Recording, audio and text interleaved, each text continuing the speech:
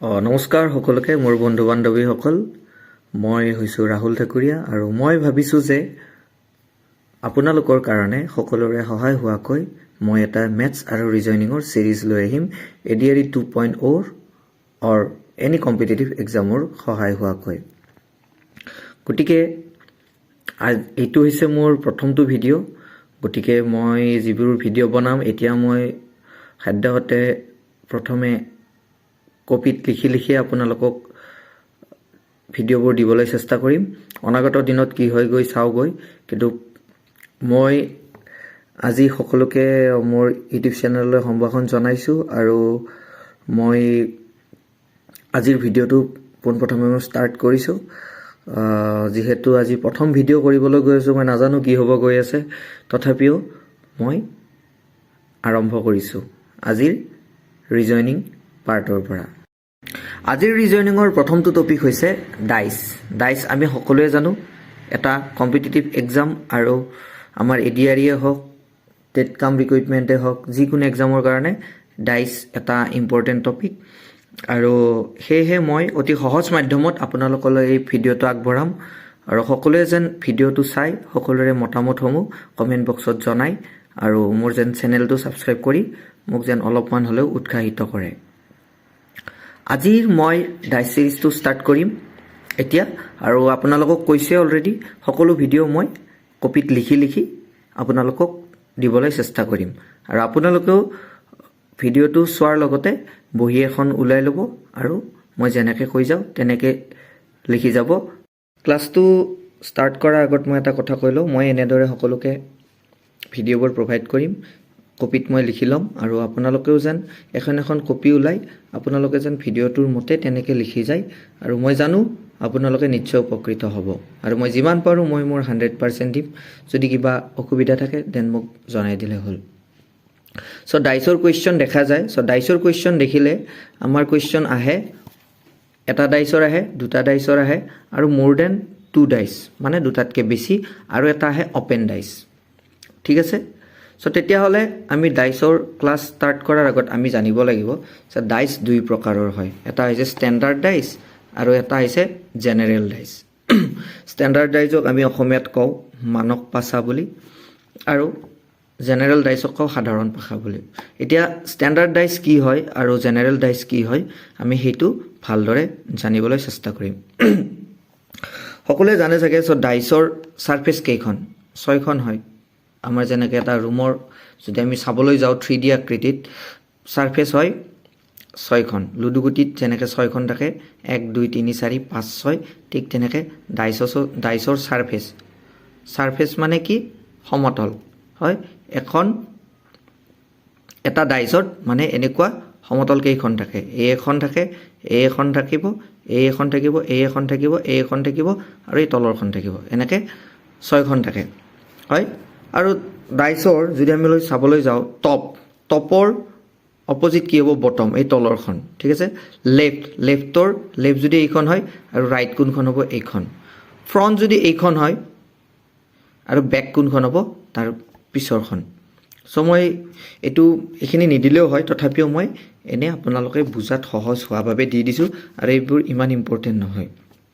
এতিয়া আমি জানিবলৈ চেষ্টা কৰিম যে ষ্টেণ্ডাৰ্ড ডাইচ আমি কেনেদৰে চিনাক্ত কৰিম ষ্টেণ্ডাৰ্ড ডাইচ আচলতে কি হয় চ' ষ্টেণ্ডাৰ্ড ডাইচ হ'বলৈ হ'লে কি হ'ব তাৰ যিবিলাক এডজাচেণ্ট ছাৰফেচ আছে হয় যিবোৰ এডজাচেণ্ট ছাৰফেচ আছে তাক যদি আমি প্লাছ কৰোঁ অৰ্থাৎ ছাম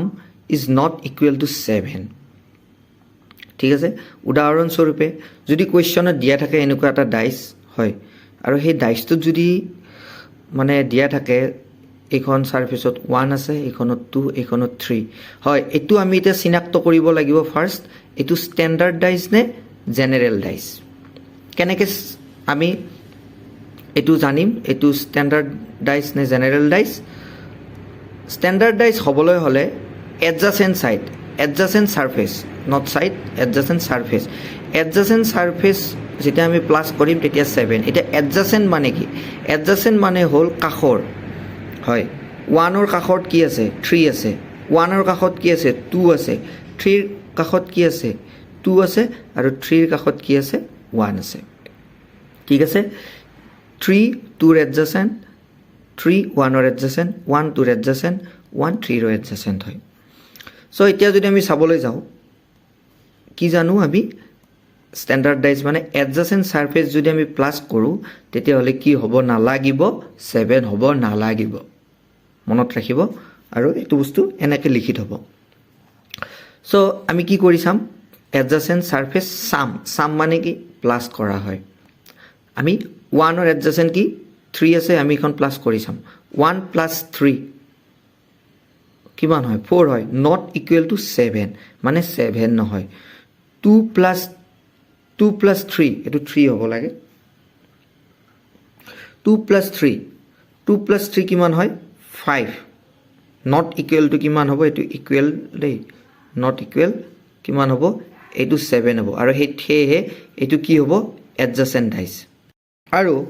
আমি যদি 1 আৰু 2 প্লাস কৰো তেতিয়া হলেও কি হ'ব 3 হে হ'ব আৰু সেই 3 টো কি হ'ব 7 নহব হেহে নট ইকুৱেল দিছো 2 plus 3 already মই ইয়াতে দেখাইছো 2 plus 3 okay 1 plus 3 already কৰা হৈছে তিনিখন যদি আমি সমতল প্লাস কৰো কি হ'ব এটাৰো সাম বা তাৰ মানে যোগফল 7 নহয় হেহে এইটো কি বুলি ক'ব স্ট্যান্ডার্ডাইজ হ'ব স্ট্যান্ডার্ডাইজ মানে অসমীয়াত কি আছিল মানক ভাষা আপোনালোকে যিমান পাৰে ইংলিশ টাৰ্মটো মনত ৰাখিবলৈ চেষ্টা কৰিব স্ট্যান্ডাৰ্ডাইজ ঠিক আছে এটাই কথা মনত ৰাখিলে হ'ল স্ট্যান্ডাৰ্ডাইজৰ ওচৰৰ যিকিখন সমতল আছে বা এডজাসেন্ট সাৰফেস আছে সেইকিখন যদি প্লাস কৰো যদি 7 নহয় not equal 7 then it's called standardized ঠিক আছে যদি হে 7 নহয় এটা কোৱেশ্চনত আহিব যদি হে 7 নহয় ঠিক আছে এনেকৈ কোৱেশ্চনটো দিব আৰু দি পিনে খুদিব ঠিক আছে what is the opposite side of 1 what is the opposite side of 2 what is the opposite side of 3 ঠিক আছে সো আমি এটো কেনেকৈ চিনাক্ত কৰিম এটা কথা মনত ৰাখিব যদি 1 ৰ অপোজিট খুদে 1 ৰ অপোজিট কি হ'ব 6 কাৰণ 1 ৰ লগত যেতিয়া আমি 6 প্লাস কৰিম কি হ'ব 7 হ'ব যদি হে এডজাসেন্ট এটো কথাত মন দিব এডজাসেন্ট সাৰফেসবোৰ যদি প্লাস কৰাৰ পিছত হ'ব যদি 7 নহয় তেতিয়া হলে হেতু কি হ'ব স্ট্যান্ডার্ডাইজ ওকে আকৌ যদি কোৱেশ্চনত আহে আমাক নুহুদে what kind of this dice এটো নুহুদে আমাক খুদিব write the opposite side of 1 write the opposite side of 3 write the opposite side of 2 so আমি হেতুৰ কাৰণে আমি কি চাব লাগিব 1 ৰ অপোজিট সাইড টু কি হ'ব সো 1 ৰ লগত কি প্লাস কৰিলে 7 হ'ব হেতুৱে হ'ব তাৰ অপোজিট সাইড স্ট্যান্ডাৰ্ডাইজৰ এটোয়া ফৰ্মুলা যাৰ অপোজিট খুদে তাৰ লগত যিমান প্লাস কৰিলে 7 হয় হেতুৱে কি হয় হেতুৱে আনসাৰ হয় ঠিক আছে সো 1 ৰ অপোজিট কি হ'ব 6 হেহে মই এটো হ্যাশট্যাগ বুলি দিছো আৰু এটো OPP মানে 1 ৰ অপোজিট 2 ৰ অপোজিট কি হ'ব 2 ৰ লগত কি প্লাস কৰিলে 7 হ'ব 5 সো 2 ৰ অপোজিট 5 3 ৰ অপোজিট কি হ'ব 3 ৰ লগত কি প্লাস কৰিলে 4 হ'ব 7 হ'ব 4 ঠিক আছে 3 plus 4 7 বুজি পালে স্ট্যান্ডার্ডাইজ হৈছে এইটোৱে মই ভাবি লৈছো যে আপোনালোকে স্ট্যান্ডাৰ্ডাইজৰ কনসেপ্টটো ক্লিয়াৰ কৰি লৈছে হয় আৰু এতিয়া মই শিকাবলৈ গৈ আছো জেনাৰেল ডাইস কি হয় ঠিক আছে জেনাৰেল ডাইসটো আসলতে স্ট্যান্ডাৰ্ডাইজৰ একদম অপোজিট অৰ্থাৎ উল্টা হয় সো ইয়াত কি হ'ব আমি স্ট্যান্ডাৰ্ডাইজত পাইছো যে যদি তাৰ ওচৰৰ সাৰফেস এখন প্লাস কৰিলে যিকোনো দুখন এখন প্লাস এখন যদি কৰো যদি 7 নহয় ঠিক আছে নট ইকুৱেল 7 তেতিয়া হলে তাক কি বুলি ক'ব স্ট্যান্ডাৰ্ডাইজ আৰু জেনাৰেল ডাইস কেতিয়া হ'ব যদি হে যিকোনো দুখন সাৰফেস প্লাস কৰিলে যদি 7 ওলাই ঠিক আছে তেতিয়া হলে তাক কি বুলি ক'ব জেনারেল ডাইস এটো হৈছে এটা চিনাক্তকৰণৰ পদ্ধতি স্ট্যান্ডাৰ্ডাইজ কেনেকৈ চিনাক্ত কৰে আৰু জেনাৰেল ডাইস কেনেকৈ চিনাক্ত কৰে আপোনালোকে জেনাৰেল স্পেলিংটো ফুল ফৰ্মটো লিখি ল'ব পাৰে মই জাস্ট GN বুলি দিছো সো ইয়াৰ কাৰণে ফৰ্মুলাটো হ'ব কি এডজাসেন্ট সাৰফেস সাম ওকে অৰ্থাৎ sum of the adjacent surface is equal 7 আৰু ইয়াত যদি ইকুৱেল যদি 7 ওলাই তেতিয়াহ'লে এইটো কি বুলি ক'ম জেনেৰেল ডাইচ ঠিক আছে সো ইয়াত এক্সাম্পল এটা ডাইচ লৈছো এইখনত আছে 1 এইখন সারফেসত এইখনত আছে 6 আৰু এইখনত আছে 5 হ'ব সো আমি যদি প্লাস কৰো 1 প্লাস 6 কি হ'ব 7 সো এখন যদি এখন সারফেসে ওলাই যায় তেতিয়া হলে হৈ যাব আৰু যদি এখন সাৰফেসে ওলাই যায় তেতিয়া হলে হেতু কি হ'ব তোমাৰ জেনারেল ডাইস ঠিক আছে 1 প্লাস 6 এটো কিমান 7 মানে এটো আমি কি বুলি ধৰিব পাৰো এটোক আমি ধৰিব পাৰো জেনাৰেল ডাইস ঠিক আছে এতিয়া আহকচোন আমি কেইটামান কোৱেশ্চন কৰো সো প্ৰথমটো কোৱেশ্চন হৈছে এইটো হৈছে এটা ডাইস ইয়াৰ আৰ্টটো অলপমান বেয়া হৈছে বাৰু আপোনালোকে এখিনি যেন বুজি লয়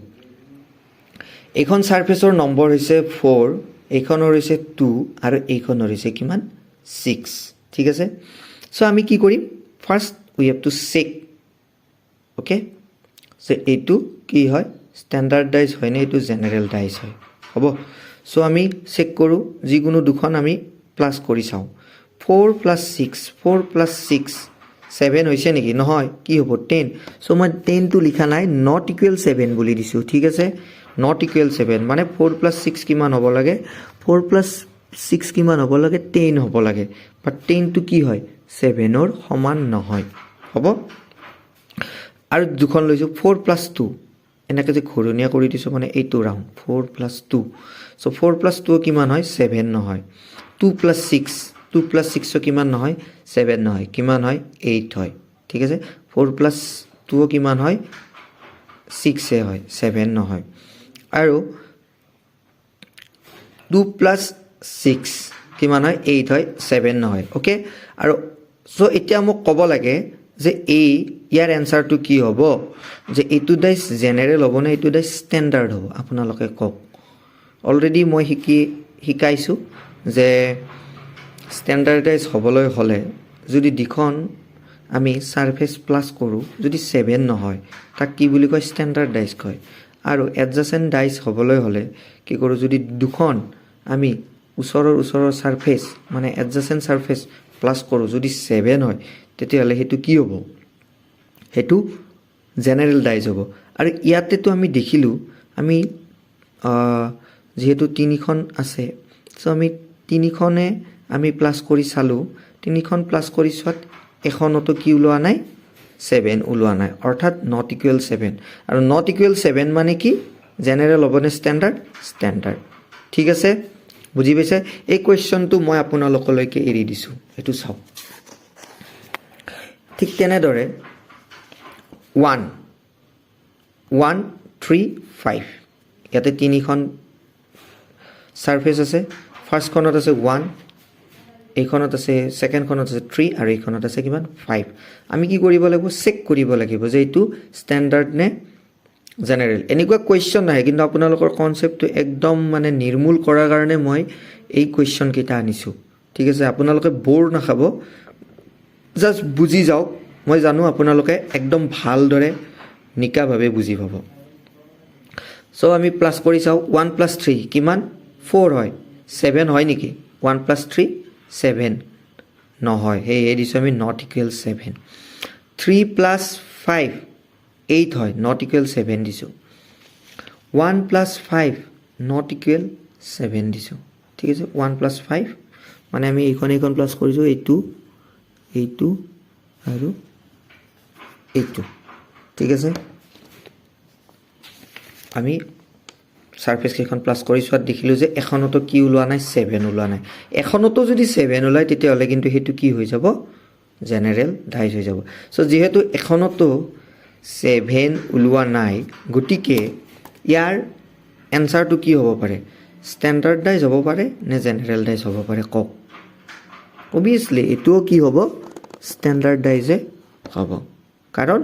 আমি জানো যদি দুখন সাৰফেস প্লাস কৰাৰ পিছত হয় তাৰ সামটো কি নহয় সাম মানে যদি আমি যোগ কৰাৰ ফলত যদি তাৰ যোগফলটো 7 নহয় তেতিয়াহ'লে তাক কি বুলি ধৰো আমি ষ্টেণ্ডাৰ্ডাইজ মানে মানক ভাষা ওকে ক্লিয়াৰ সো এই কোৱেশ্চনটো আনিছো এটা 1 প্লাছ সৰি এইটো এটা ডাইচ ভালকৈ চাওক আপোনালোকে কিন্তু এনেদৰে লিখি যাব মই হেহে লাহে লাহে শিকাই আছো যদি খৰ হৈছে মোক কৈ দিব এইটো যেহেতু মোৰ প্ৰথম ভিডিও মই মোৰ ফুলবোৰ ৰেক্টিফাই কৰি লম ইয়াত আছে 1 ইয়াত আছে 6 আৰু ইয়াত আছে কিমান 4 ঠিক আছে সো আমি চাব পাৰো এইখন আৰু এইখন প্লাস কৰি চাব পাৰো 1 + 6 কিমান হ'ব 1 + 6 7 সো আমি आंसर এখনতেই পাই গলো মই অলৰেডি কৈছে যদি এখন প্লাস কৰাৰ পিছতো হয় যদি এটা সামো যদি আমাৰ 7 ওলাই এডজেসেন্ট সাৰফেস যদি আমৰা যিকোনো এটা সামো যদি আমাৰ 7 ওলাই মানে এইখন আৰু এইখন প্লাস কৰাৰ ফলত কি ওলাল 7 ওলাল এইখন আৰু এইখন প্লাস কৰাৰ ফলত কিমান ওলাব 5 ইয়াতে 5 ওলালেও কিন্তু ইয়াতটো অলৰেডি 7 ওলাইছে হয় তেতিয়ালে আমি এটো কি লম যদি এখনতো ওলাই তেতিয়ালে আমি কি লম এটো জেনাৰেল ডাইস লম হয় সো 1 + 4 কিমান হ'ব সৰি 1 + 6 কিমান হল 7 হল হে মই অকল এটোৱে কৰি থৈছো যদি 1 + 4 কৰা যায় তেতিয়ালে কিমান হ'ব 1 + 4 কৰিলে হ'ব আপোনাৰ 5 ওকে সো 4 + 6 কৰিলে কিমান হ'ব 10 হ'ব আমি এইবিলাক কৰাৰ দৰকাৰ নাই অকল 1 + 7 টো ললে হৈ যায় কাৰণ আমাৰ যদি এটা যোগফল যদি 7 ওলাই তেতিয়ালে আমি হেতু কি বুলি লম জেনাৰেল ভাষা বুলি লম ঠিক আছে সো এতিয়া আপোনালোকে কক এটো জেনাৰেল হ'ব নে ষ্টেণ্ডাৰ্ড यस এটো জেনাৰেল आंसर ঠিক আছে এতিয়া আমি আসল কোৱেশ্চনলৈ আইছো যিবোৰ কোৱেশ্চন আসলতে আমাৰ এক্সামত আহে ঠিক আছে কনসেপ্টটো যেহেতু ক্লিয়াৰ হ'ল গতিকে এতিয়া আমি আইছো আসলে কোৱেশ্চনত সো এটো এটা ডাইস দিয়া আছে হয় আৰু ইয়াৰ কোৱেশ্চন ইয়াতে এটো ডাইসত আছে ইয়াত আছে 1 ইয়াত আছে 5 আৰু ইয়াত আছে 3 ওকে আৰু কোৱেশ্চনটো খুদিছে যে what is the number of 1 actually number of 1 নহয় অপোজিট নাম্বাৰ অফ 1 হ'ব লাগে কোৱেশ্চনটো মোৰে লিখাত ভুল হৈ গল আপোনালোকে শুধৰাই লব হে মই ডাবল পি বুলি দিছো হ'ব so what is opposite number of 1 হ'ব লাগে ঠিক আছে সো ফাৰ্স্ট আমি কি কৰিব লাগিব যে 1 ৰ অপোজিট নাম্বাৰ কি হয় হয় আমি ডাইৰেক্টলি ক'ব নোৱাৰো ফাৰ্স্ট আমি কি কৰিব লাগিব চেক কৰিব লাগিব কি চেক কৰিব লাগিব যে এই ডাইসে দিয়া আছে এটা ডাইস এই ডাইসটো আসলতে স্ট্যান্ডার্ড ডাইস নে এটো কি ডাইস জেনাৰেল ডাইস অলৰেডি মই নিয়মটো শিকাইছো যে এটো কেনেকৈ চাই আমি যিকোনো দুখন সারফেস প্লাস কৰিলো 1 + 3 কিমান হয় 4 মই ইয়াত নট ইকুৱেল 7 বুলি দিছো দেই 4 বুলি লিখা নাই কাৰণ যেহেতু 4 টো 7 ৰ সমান নহয় 3 + 5 কিমান হ'ব 8 হ'ব not equal 7 1 + 5 not equal 7 so গম পালো যে তিনিখন আমি তিনটা সামে কৰিলো এইখন 7 নুলাল এইখন 7 নুলাল আৰু এইখনতো কি নুলাল 7 নুলাল গটিকে এটো কি হ'ব 7 যেহেতু উলোৱা নাই এডজেসেন্ট সাৰফেস যেটা আমি সাম কৰাত 7 নুলাল গটিকে এইটো কি হ'ব স্ট্যান্ডার্ড ডাইস ঠিক আছে স্ট্যান্ডার্ড ডাইস সো এটা আমাক কি লাগিব आंसर অলৰেডি মই কৈ আহিছিলো যে স্ট্যান্ডাৰ্ড ডাইসৰ যদি হে আপোনালোকে অপোজিট নাম্বাৰ উলিয়াব লাগে সো এই স্টেপটো মই শিকাইছিলো তথাপি আপোনালোকক মই আৰু এবাৰ শিকাই দিছো লিখি ৰাখিব এটো একদম very very important so standard dice হ'বলৈ হলে 1 ৰ অপোজিট ইয়াত পি বুলি আকৌ লিখি দিছো মই হয় যদি হে এটো অনলি স্ট্যান্ডার্ড ডাইসৰ কাৰণে হে কি হয় ভ্যালুएबल ফৰ্মুলা 1 ৰ অপোজিট কি হ'ব পাৰে 6 yes 2 ৰ অপোজিট কি হ'ব 5 not পাৰে দেই 1 ৰ অপোজিট 6 এ হয় 2 ৰ অপোজিট কি হ'ব 5 আৰু 3 ৰ অপোজিট কি হ'ব 4 কাৰণ 1 ৰ লগত কি প্লাস কৰিলে 7 হ'ব 6 1 + 6 7 2 ৰ লগত কি প্লাস কৰিলে 7 হ'ব 2 + 5 7 3 ৰ লগত কি প্লাস কৰিলে 7 হ'ব 3 + 4 7 হ'ব ঠিক আছে চ' ইয়াৰ কুৱেশ্যনটো কি হ'ব পাৰে তেতিয়াহ'লে চ' ওৱানৰ অপজিট ছাইডটো কি হয় চ' ওৱানৰ অপজিট নাম্বাৰ অৰ্থাৎ ছাইড মানে ছাইড নহয় একচুৱেলি ছাৰ্ফেচ আৰু সেই ছাৰ্ফেচত কি থাকে এটা এটা নাম্বাৰ থাকে হয় so' what is the opposite number of one so' ডাইচৰ অপজিট নাম্বাৰ ওৱানৰ অপজিট নাম্বাৰটো কি হয় 3 হ'ব option A B5 C6 D4 চ' আপোনালোকে নিশ্চয় জানিব ওৱানৰ লগত কি প্লাছ কৰিলে 7 হ'ব 6 যিহেতু এইটো কি ডাইচ ষ্টেণ্ডাৰ্ড ডাইচ চ' ষ্টেণ্ডাৰ্ড ডাইচ মানে কি ষ্টেণ্ডাৰ্ড ডাইচ হ'ল যিখনৰ অপজিট সোধে তাৰ লগত যি প্লাছ কৰিলে 7 হয় সেইটোৱে হৈছে তাৰ এনচাৰ চ' ওৱানৰ লগত কি প্লাছ কৰিলে 7 হ'ব 6 চ' এনচাৰ উইল বি 6 ঠিক আছে তেতিয়াহ'লে আকৌ এটা কুৱেশ্যন লৈ আহিছোঁ আপোনালোকৰ কাৰণে কুৱেশ্যনটোত দেখিব পাৰিছে ডাইচটোত 2 4 6 হয় তিনিটা নাম্বাৰ দি আছে কুৱেশ্যনটোত সুধিছে যে what is the opposite number of 2 আমাক 2ৰ অপজিট নাম্বাৰটো লাগে ঠিক আছে চ' ডাইচ যেতিয়া এটা ডাইচ দিয়া থাকে তেতিয়াহ'লে আমি কি কৰিব লাগিব ফাৰ্ষ্ট আমি এইটো চেক কৰিব লাগিব এইটো জেনেৰেল নে ষ্টেণ্ডাৰ্ড হয় চ' আমি চেক কৰাৰ কাৰণে কি কৰিম ইয়াৰ এডজাচেণ্ট ছাৰ্ফেচৰ কি কৰিম আমি প্লাছ কৰিম হয় চ' 4 প্লাছ 2 কি হ'ব পাৰে 6 নট ইকুৱেল 7 ঠিক আছে 4 প্লাছ 6 কি হ'ব 10 এইটো কি হ'ব নট ইকুৱেল 7 ঠিক আছে আৰু এইটো কি হ'ব নট ইকুৱেল 7 আচ্ছা এণ্ড কি হ'ব 2 প্লাছ যদি 6 কৰা যায় এইটো কি হৈ যাব 8 আৰু যি হ'ব কি নট ইকুৱেল 7 বুজি পাইছেনে ঠিক আছে চ' নট ইকুৱেল যদি 7 হয় তেতিয়াহ'লে এইটো কি ডাইচ হ'ব পাৰে কওক এইটো ডাইচ হ'ব পাৰে কি ষ্টেণ্ডাৰ্ড অ'কে চ' যদি এই ষ্টেণ্ডাৰ্ড হয় তেতিয়াহ'লে কাৰ অপজিট হৈছে 2 চ' 2ৰ অপজিট কি হ'ব পাৰে 2ৰ অপজিট মানে 2ৰ লগত কি প্লাছ কৰিলে 7 হ'ব 5 so' answer will be 5 is the correct answer ঠিক আছে এতিয়া আকৌ আমি যাম জেনেৰেল ডাইচ হয় জেনেৰেল ডাইচৰ অপজিট নাম্বাৰ কেনেকৈ ওলায় অ'কে এইটো হৈছে এটা ডাইচ আৰু ডাইচটো কি দিয়া আছে 165 হ'ব চ' ফাৰ্ষ্ট আমি চেক কৰিম এই ডাইচটো কি হয় ষ্টেণ্ডাৰ্ড ডাইচ নে জেনেৰেল ডাইচ 1 প্লাছ 6 হয় এই দুখন যেতিয়া ছাৰ্ফেচ প্লাছ কৰিছোঁ আমাৰ ওলাই গ'ল 7 চ' 7 যদি দুটা নাম্বাৰ প্লাছ কৰাৰ পিছত বা দুখন ছাৰ্ফেচ যেতিয়া প্লাছ কৰাৰ পিছত 7 ওলায় চ' সেই ডাইচখন কি হৈ যাব অবভিয়াছলি কি জেনেৰেল ডাইচ অ'কে এতিয়া জেনেৰেল ডাইচ যদি হয় ইয়াৰ অপজিট নাম্বাৰ কি হ'ব পাৰে সেইটোৰ কিন্তু মেথডটো অলপ বেলেগ ঠিক আছে সেই মেথডটোত সকলোৱে মন দিলে হ'ল আমি গম পালোঁ যে এইটো জেনেৰেল ডাইচ অ'কে এডজাচেণ্ট চাম কিমান 7 এইটো আমি জানো যিহেতু এডজাচেণ্ট চাম 7 হৈছে সেইকাৰণে গম পালোঁ it is a general dice হ'ব আৰু আমাক সুধিছে কি 5ৰ কি সুধিছে 5ৰ অপজিট নাম্বাৰ ঠিক আছে চ' 5ৰ অপজিট নাম্বাৰ কি আছে 1 কেনেকৈ আছে আমি কেনেকৈ গম পাম এতিয়া আমি 5ৰ অপজিট সুধিছে এডজাচেণ্ট হোৱা নাই 5ৰ এডজাচেণ্ট কিন্তু দুটা আছে 1 and 6 চ' 5ৰ এডজাচেণ্ট মানে কাষৰ 5ৰ কাষৰ পৃষ্ঠ কি আছে 1 and 6 অ'কে 1 and 6 এইটো 1 and 6 এই দুটা হ'ব কেতিয়াও নোৱাৰে 1 and 6 এই দুটা কেতিয়াও হ'ব নোৱাৰে অ'কে চ' যদি 1 and 6 হ'ব নোৱাৰে কি বাকী থাকিল 2 3 4 কাৰণ ডাইচ এটাত কি থাকে 1 2 3 4 5 and 6 হ'ব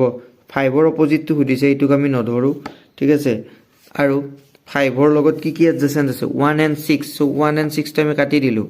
1 and 6টো কাটি দিলোঁ বাকী কি থাকিল 2 3 and 4 2 3 and 4 হ'ব চ' অপশ্যনত চাম 2 3 4ৰ কোনটো নাম্বাৰ আছে অপশ্যনত যদি চোৱা যায় এইটো আছে 1 6 4 5 অ'কে চ' আমাৰ কি ইয়াৰ মতে 5ৰ অপজিট কি হয়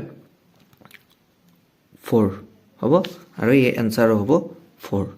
সো বুজি পাইছে চাগে সকলে জেনাৰেল ডাইসটো আকৌ আমি কেইটামান কোৱেশ্চন লৈছো জেনাৰেল ডাইসৰ এটো চাব পাৰে ইয়াত আছে 1 ইয়াত আছে 2 ইয়াত আছে 5 ঠিক আছে আমি প্লাস কৰি চালো যিকোনো দুখন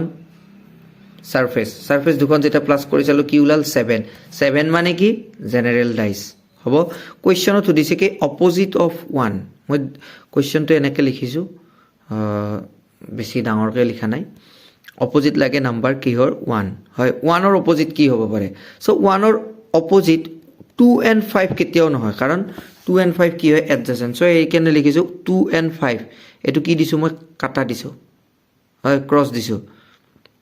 2 and 5 নহব ঠিক আছে সো 1 ৰ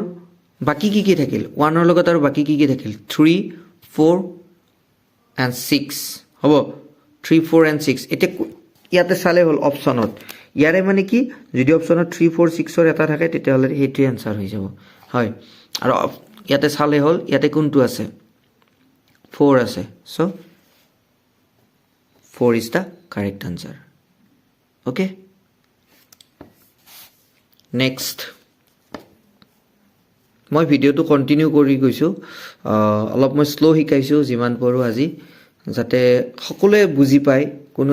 কিছুমানে ভয় কৰি থাকে ৰিজনিং কি হয় কিন্তু ইমান ভয় কৰিব লাগে একো নাই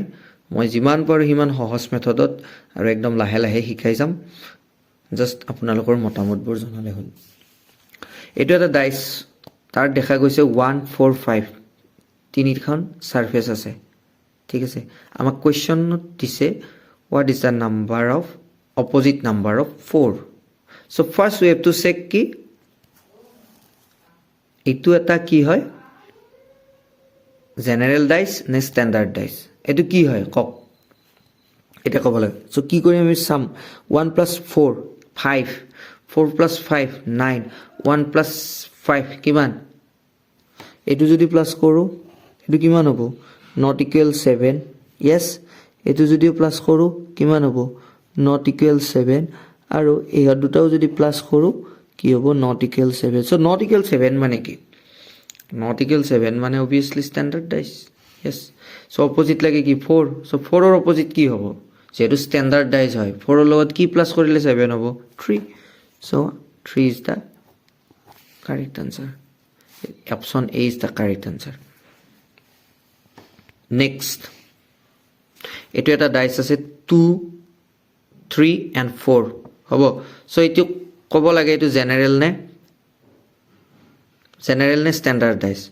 3 plus 4 এই দুটা উলাই গল কি হবো 3 plus 4 7 সো এটো কি হবো এটো এটা জেনারেল ডাইস হয় সো 4 লাগে কি opposite number of 4 okay opposite number of 4 এ লাগে সো 4 টো লিখিলা এনেকৈ লিখি লব পাৰে আৰু মই সকলোৰে বুজাৰ কাৰণে মই লিখি দিছো সো 4 ৰ লগত কি আছে 2 and 3 আছে সো 2 and 3 কিতেও হ'ব নোৱাৰে হ'ব সো 2 and 3 বাদ দি বাকি কি আছে সারফেস 1 আছে 5 আছে 6 আছে হয় অপশনত চালে হল 1 5 6 ৰ কোনটো আছে 6 আছে so 6 is the correct answer ঠিক আছে লাস্ট মই সকলোৰে কাৰণে এটা হোমৱৰ্ক ৰাখিছো 4 এইটোৰ অপোজিট নাম্বাৰ অফ 4 লাগে ঠিক আছে 4 2 and এটো কি আছে 3 নহয় এটো 5 সৰি এটো 5 আজি প্ৰথম ভিডিও যে প্ৰবলেম হৈছে সো ইয়াৰ অপোজিট নাম্বাৰ ক'ব লাগে মোক 2 আছে অপশনত 4 আছে 1 আছে আৰু এটো আছে কি 1 3 6 কোনটো হয় মোক ক'ব লাগে আৰু এইখিনি আছিল মেইন কনসেপ্ট আৰু মই নেক্সট ভিডিওত এই দুটা হোমৱৰ্কৰ আনসাৰ মই লৈ আহিম বাৰু ঠিক আছে আৰু এইখিনি আছিল মেইন কনসেপ্ট সিঙ্গেল ডাইসৰ আৰু সিঙ্গেল ডাইসৰ যেনেকৈ কোৱেশ্চন নহওক কিয় আপোনালোকে কৰিব পাৰিব সিঙ্গেল ডাইসৰ যিখিনি মেইন কনসেপ্ট আৰু যিখিনি মেইন থিওৰি এপ্লাই কৰা হয় কম্পিটিটিভ এক্সামৰ কাৰণে এইখিনি আছিল সো সিঙ্গেল ডাইস ওয়াজ ডান ঠিক আছে আৰু মই নেক্সট ভিডিওত লৈ আহিম যদিহে 2 ডাইস থাকে কেনেকৈ আমি প্ৰবলেম সলভ কৰিম সো সকলোৱে মোক জনাবচোন আজি ভিডিঅ'টো চাই কেনেকুৱা পাইছে কমেণ্ট বক্সত আৰু যিসকলে চাই আছে সকলোৱে যেন ছাবস্ক্ৰাইব কৰি দিয়ে so' thank you everyone bye by